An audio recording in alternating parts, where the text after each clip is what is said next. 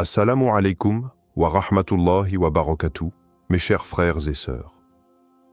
Aujourd'hui, nous allons explorer une vérité profonde et bouleversante. Avant même de devenir un guide pour le monde entier, le personnage du Mahdi devra passer par une transformation intérieure intense. Il ne changera pas l'histoire par la force ou la politique, mais par la victoire sur lui-même. Et c'est précisément ce que beaucoup ignorent. Le Mahdi n'est pas qu'un leader extérieur, il est avant tout un exemple de conquête intérieure. Cette capacité à se connaître, à s'analyser, à se purifier, voilà ce qui le distingue des autres figures du pouvoir. Contrairement aux imposteurs ou aux tyrans qui imposent de leur volonté par l'arrogance ou la peur, le Mahdi incarne une lumière née du silence, de la lutte intérieure et de la soumission sincère à Allah. Ce n'est pas un homme qui cherche à être reconnu, c'est un homme que Dieu élève parce qu'il s'est d'abord dominé lui-même. À travers cette vidéo, nous allons voir pourquoi cette maîtrise de soi est au cœur même de sa mission. Car si le Mahdi devient le porteur de justice, c'est avant tout parce qu'il a été juste envers lui-même avant de l'être envers les autres. Et ce chemin, cette discipline, commence bien avant qu'il ne soit connu du monde. Préparez-vous à découvrir une dimension du Mahdi que peu osent aborder. Le Mahdi n'est pas simplement un homme pieux ou un chef courageux. Il est d'abord une âme qui a atteint la lucidité intérieure. Cette qualité unique, décrite dans les paroles de nombreux savants, repose sur un fondement spirituel profond. Celui qui se connaît, connaît son Seigneur. Cette parole, attribuée par certains aux traditions anciennes, a été citée par de nombreux érudits musulmans comme une vérité fondamentale. Le Mahdi, avant d'agir dans ce monde, doit entrer dans la pleine conscience de ce qu'il est. Il connaît ses limites humaines, ses faiblesses, ses douleurs, ses hésitations. Mais il connaît aussi les dons qu'Allah lui a accordés, son rôle, sa charge. Cette connaissance n'est pas simplement intellectuelle, elle est spirituelle, existentielle. Elle vient de l'épreuve, du silence, de l'isolement. Il n'est pas guidé par des ambitions personnelles, mais par une lucidité divine sur son être. C'est cette clarté qui lui permettra d'assumer son rôle au moment exact, ni trop tôt, ni trop tard. Beaucoup de leaders tombent parce qu'ils ne se connaissent pas eux-mêmes, parce qu'ils ignorent leur propre ego. Le Mahdi, lui, aura traversé ce miroir intérieur. Et c'est ce qui fera de lui un homme que rien ne peut détourner de la vérité, car il l'a trouvé d'abord dans son propre cœur. Ce que peu de gens savent, c'est que le Mahdi ne naît pas en se sachant Mahdi. Il vit longtemps comme un homme ordinaire, pieux certes, mais inconscient de son immense destinée. Et c'est précisément cette période de doute, de trouble intérieur qui le rend unique. Les hadiths authentiques rapporte qu'il refusera cette responsabilité lorsqu'on la lui présentera. Il dira qu'il ne mérite pas cela, qu'il n'est pas celui que les gens attendent. Cette réaction n'est pas un signe de faiblesse, au contraire. C'est la preuve d'un cœur pur, humble, conscient de l'énormité de la mission. Le Mahdi n'est pas avide de pouvoir, il est rempli de crainte d'Allah. C'est cette hésitation initiale qui rappelle celle de Moussa, qui tremblait face à sa mission, ou celle du prophète Muhammad lorsque la révélation le bouleversa. Tous les élus traversent une phase de remise en question. Et le Mahdi aussi. Il doit plonger dans l'épreuve de l'identité. Qui suis-je, vraiment? Pourquoi moi? Comment guider l'humanité alors que je ne suis qu'un serviteur? Ces questions le torturent, mais elles purifient son intention.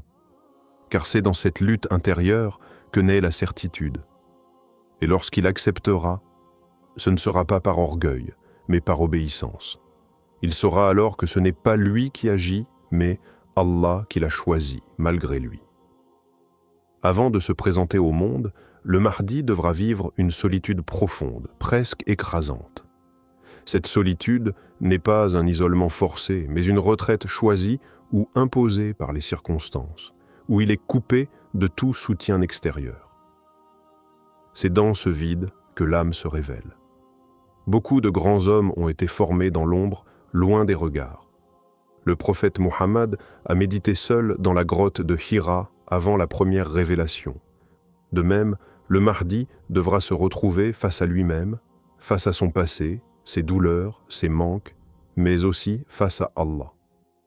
Car dans ce silence absolu, où il n'y a plus que lui et le Créateur, quelque chose se déclenche. Ce n'est pas un miracle visible, mais une transformation intérieure. Des réponses arrivent, des intuitions fortes naissent, un apaisement s'installe. Il comprend alors que cette solitude était nécessaire pour entendre le vrai, au-delà du vacarme du monde. C'est là qu'il percevra peut-être pour la première fois le sens de sa vie. Ce n'est pas un rêve ni une voix, mais une conviction puissante qui l'habite. Il sent qu'il est en train de naître à lui-même. Et quand il sortira de cette solitude, il ne sera plus le même. Il portera en lui un regard neuf, une paix ancrée et une détermination que rien ne pourra briser. Ce qui rend le Mahdi si différent des autres leaders, c'est qu'il aura d'abord vaincu son propre ego. Ce n'est pas un détail, c'est la condition sine qua non pour recevoir la responsabilité de guider. L'ego, ce moi qui cherche la reconnaissance, la domination, le prestige, est l'obstacle numéro 1 sur le chemin de la sincérité. Et le Mahdi, comme tout être humain, n'en est pas exempt. Mais la différence, c'est qu'il le combattra sans relâche. Cette lutte sera constante, parfois douloureuse. Chaque flatterie, chaque opportunité de briller, il l'évaluera, la refusera s'il sent qu'elle nourrit l'orgueil. Il s'humiliera devant Allah, pleurera dans la prière, demandera à ne pas être éprouvé par la gloire ou le pouvoir. Il choisira le silence là où d'autres parleraient.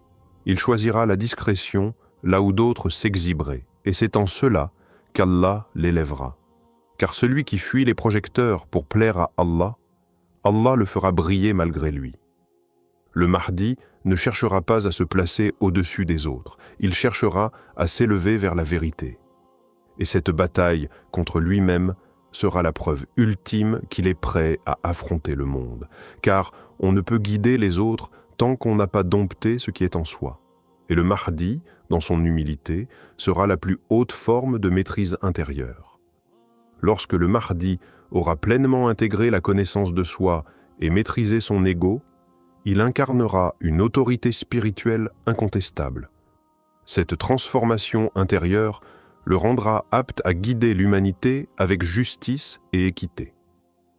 Selon les traditions islamiques, il remplira la terre de justice comme elle avait été remplie d'injustice. Cette autorité ne découlera pas d'une quête de pouvoir, mais d'une profonde humilité et d'une soumission totale à la volonté divine. Le Mahdi sera reconnu non pas pour ses prétentions, mais pour sa capacité à incarner les valeurs spirituelles les plus élevées. Sa présence inspirera confiance et respect, car il sera perçu comme un homme guidé par la sagesse divine. En maîtrisant son ego, il évitera les pièges de l'arrogance et de la tyrannie qui ont souvent entaché les dirigeants du passé. Il gouvernera avec compassion, équité et discernement, établissant un ordre mondial fondé sur les principes de justice et de paix. Sa capacité à écouter, à comprendre et à agir avec justesse fera de lui un leader exceptionnel, capable de rassembler les cœurs et les esprits autour d'une vision commune. Ainsi, la connaissance de soi et la maîtrise de l'ego ne seront pas seulement des qualités personnelles, mais les fondements d'une gouvernance éclairée et bienveillante. Le Mahdi deviendra un modèle pour l'humanité, illustrant comment la transformation intérieure peut conduire à un changement global positif. Le Mahdi ne surgira pas du néant comme un être soudainement parfait. Il est le fruit d'une longue lutte intérieure, d'un silence pesant, d'un effacement presque total. Et pourtant, c'est justement dans cet effacement que réside sa grandeur. Il ne court pas après le pouvoir, il ne cherche pas les projecteurs. Il fuit même cette mission jusqu'à ce qu'Allah, par des signes clairs et irréversibles, le ramène vers elle. Ce n'est pas un homme qui impose son autorité, c'est un homme à qui l'autorité est imposée par la volonté divine. Sa force ne réside pas dans des armées, mais dans la vérité qui sortira de sa bouche, dans la justice qu'il établira sans favoritisme, dans la lumière de son regard porté sur le monde avec miséricorde.